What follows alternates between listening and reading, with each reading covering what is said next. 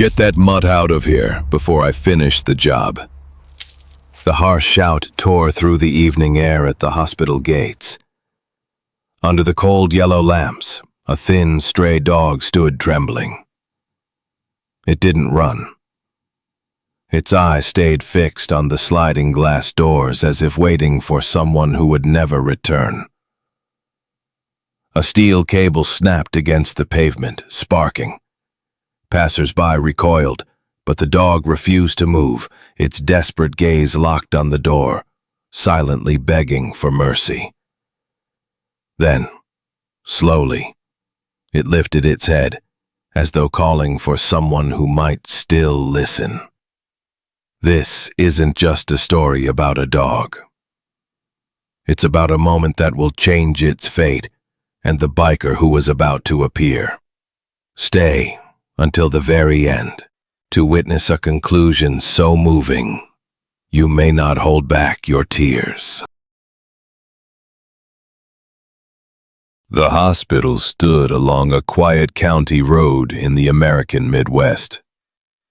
Autumn leaves, crimson and gold, carpeted the entrance path. Since early summer, the stray dog had been there every day.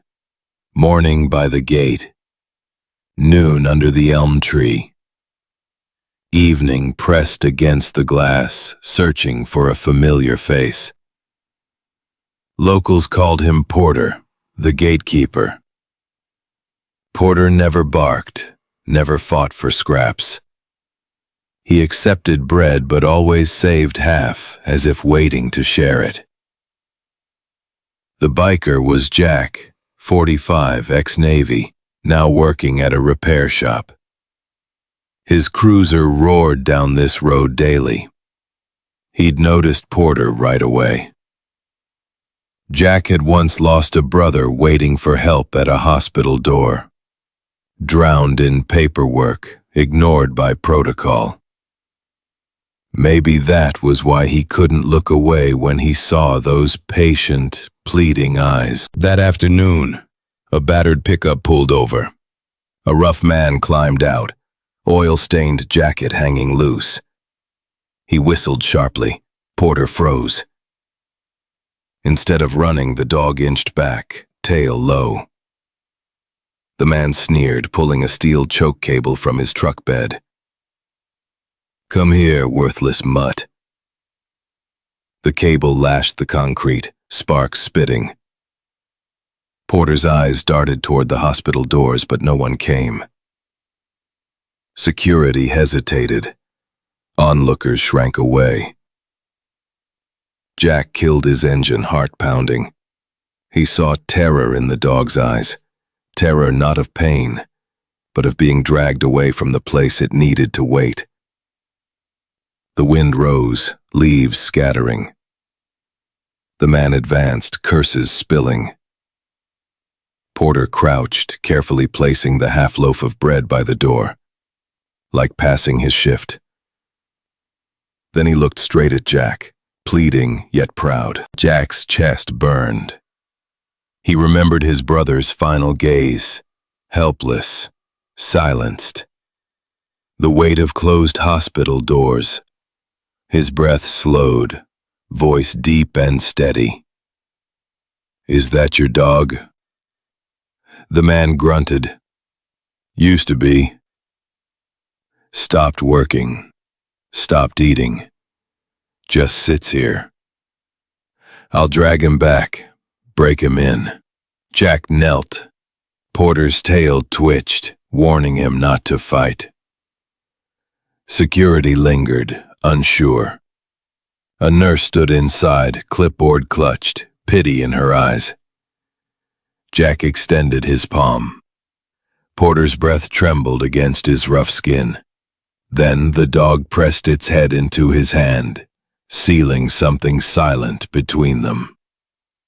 In that frozen instant, the world blurred. Only a broken soldier and a waiting dog chose each other, against all odds. The glass door hissed open. A gray-haired doctor stepped out. He whispered to the nurse, then looked at Porter. This dog came the night an ambulance brought in Ellen. June. She never left the gate. Jack stiffened. He knew Ellen. A kind local woman, always smiling despite fatigue, buying oil for her lawnmower. How is she? The doctor lowered his gaze. She passed away last night. Porter seemed to understand. He sank to the ground, ear pressed to the pavement, listening for a heartbeat. That was gone. The man scoffed. See?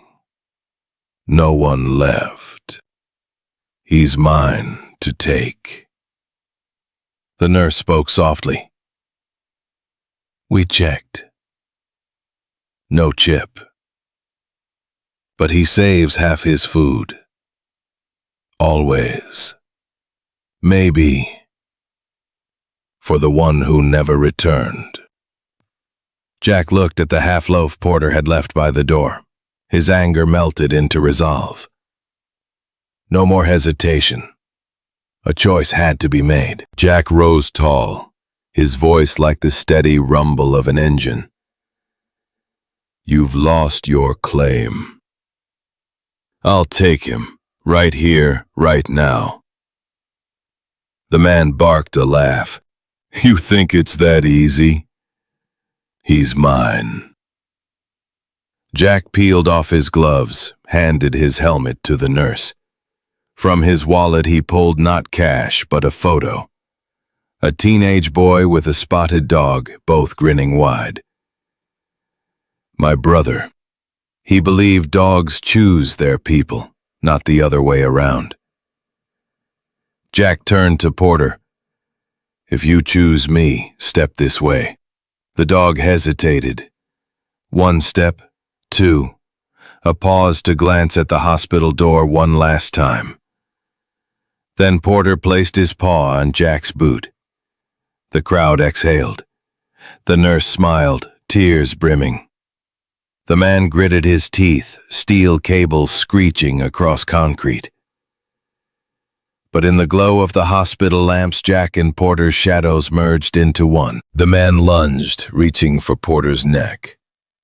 Jack blocked him, not with fists, but with words. Hard as iron. Stop. Cameras are here. Security is here. And the law is clear. He pointed to the sign. No animal cruelty. State law. The doctor nodded, motioning for another guard. The nurse dialed county animal control. Jack's voice stayed steady. You abandoned him. Tried to drag him with steel, at a hospital, in public. We'll file the report. The man faltered, eyes darting as whispers spread. An elderly woman clutched her chest. That dog sat here 3 months, sharing half its bread with strangers. Security ordered him off hospital grounds. He cursed, retreating. Porter didn't bark. He simply pressed closer to Jack's leg. Animal control arrived, clipboard ready. Will you take responsibility? They asked. Jack looked down at Porter, then signed his name. The ink felt like carving a new road. Night fell. On the back of the cruiser, Porter held on to Jack's leather jacket, head resting between his shoulders. They sped past cornfields, over the steel bridge, past the glowing diner. The autumn wind was cool, but for the first time, Porter's body relaxed. At the garage, Jack opened the old wooden door. A blanket lay waiting, a shining new bowl. Jack placed the half-loaf Porter had carried onto a shelf. This piece, for Ellen, he whispered. Porter curled on the blanket, eyes closing. But before sleep, he lifted his head once more. No longer waiting, only trusting. Morning came. Their new life began. Runs by the lake, long hours at the shop, Porter at Jack's side. Evenings back at the hospital, not to wait anymore, but to leave a white daisy at the steps.